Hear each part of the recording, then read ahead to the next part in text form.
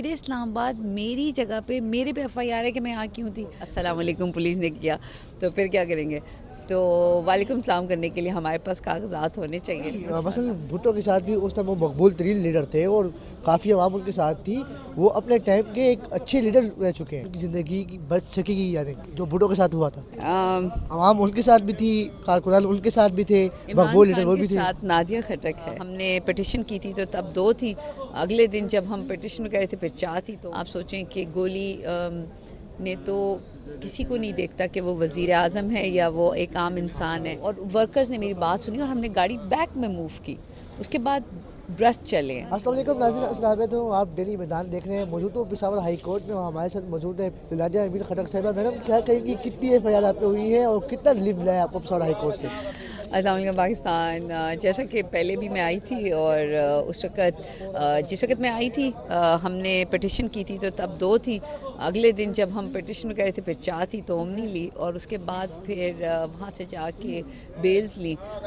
پھر میں نے ریٹ پٹیشن کی اسلام آباد ہائی کورٹ میں کہ مجھے بتایا جائے اسٹیٹ اور ورسز اسٹیٹ اسلام آباد پولیس اینڈ پنجاب پولیس اور اسٹیٹ کو بھی کہ میری جتنی بھی پاکستان میں میرے اوپر FIRs ہیں مجھے بتایا جائے تاکہ میں اس کے لیے بیل لوں. تو مجھے بتایا گیا کہ صرف 5 ہیں. اور مزے کی بات بتاؤں کہ 2 اور انہوں نے کہا جب ان سے کہا گیا کہ پنجاب میں بھی ہیں تب حضروں میں تو انہوں نے بولا کہ اسٹیٹ جو کہہ رہی ہے کہ نہیں ہے. تو اس کے اور دیکھیں 18 تاریخ کو میرے اوپر 2 وارنٹ جو ہیں وہ پنجاب سے نکلے ہوئے تھے حضروں پہ. تو اس کے بعد آپ دیکھیں ATC میں چونکہ جو اسلام آباد ATC ہے اس وقت وہاں پر ہم گئے تو چھٹیاں ہیں چل رہی ہیں تو بس پھر فوراً ادھر آنا پڑا کیونکہ کوئی پتہ نہیں چلتا کہ اگر آپ کا جو ہے وہ ٹائم پیریڈ جو ہے وہ ختم ہو جائے تو پھر آپ کو اگر آ گئے اور آپ کو السلام علیکم پولیس نے کیا تو پھر کیا کریں گے.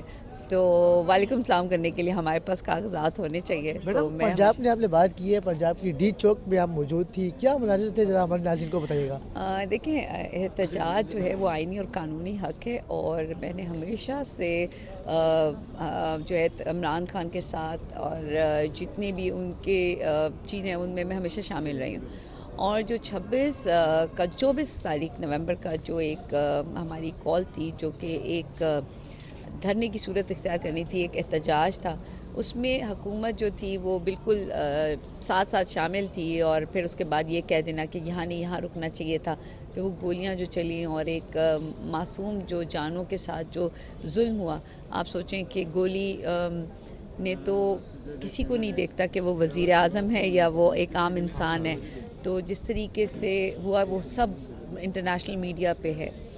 اور مجھے فخر ہے کہ میں عمران خان کے ساتھ اور کارکنان کے ساتھ اور بشرا عمران خان کے لیے میں آج بھی کہتی ہوں اس سال کا آخر ہے کہ وہ ایک عام عوام کی طرح وہاں پر آئی تھی. اور ان پہ جتنی FIRs کر دی ہیں تو مطلب شرم آتی ہے کہ اس لیے کہ وہ ایک اپنا آئینی اور قانونی اور دوسرا وہ عمران خان کی چونکہ زوجہ ہیں تو میں ان کے ساتھ ہی آخر میں جس جگہ سے میں نے جو گنڈا پور صاحب اس گاڑی میں تھے اور بشرا عمران خان تھی اور ہم تقریباً 30-40 سے زیادہ نہیں ہوں گے. اس میں کچھ ایسے لوگ شامل ہو گئے تھے اس لوگوں میں کہ جو جن کے ہاتھ جو میں اپنے ورکر کو جانتی ہوں بہت اچھے سے جو ہمارے نہیں تھے وہ بار بار کر رہے تھے کیونکہ اندھیرا تھا اور ہم ایفٹ چوک سے ہم آگے تھے کلثوم سے درمیان اور اس میں تو وہاں بالکل اندھیرا تھا. ٹھیک ہے. اور وہ بار بار یہ کہہ رہے تھے کہ یہیں رکے ہم آگے چلتے ہیں. تو میں نے بشرا عمران خان کو بتایا کہ یہاں اس سے آگے بالکل اندھیرا ہے, ادھر اندھیرا ہے, یہاں تھوڑے سے لوگ ہیں, ہم ایفٹ چوک جاتے ہیں اور وہاں لوگ ہوں گے اکٹھے ہوں گے پھر ہم تو روشنی کی جگہ پہ جاتے ہیں. تو انہوں نے بلکہ پوچھا کہ کدھر ہے صاحب کیونکہ وہ تو گاڑی کے اندر تھی. گنڈا پور صاحب کو بھی بالکل کوئی باہر نہیں آنے دے رہا تھا اور ورکر کے ساتھ وہ لوگ شامل تھے جو ہمارے نہیں تھے. ٹھیک ہے.